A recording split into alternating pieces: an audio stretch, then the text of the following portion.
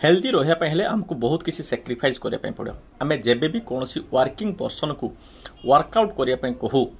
से माने हिचकिचाती भावती कि कहती आम तो सकाल 10टा बेले ऑफिस जाऊँ 5टा बेले आसू टाइम केते मिलो मुझे कहीदे गोटे इंपोर्टाट टाइम जो टाइम रे आपण माने जदि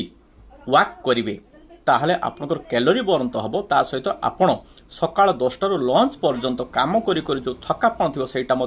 दूरे जीव केतेबेले लंच कला परे मन रखु लंच कला परे आपण माने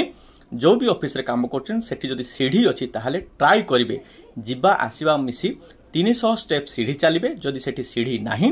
ताहले आपण माने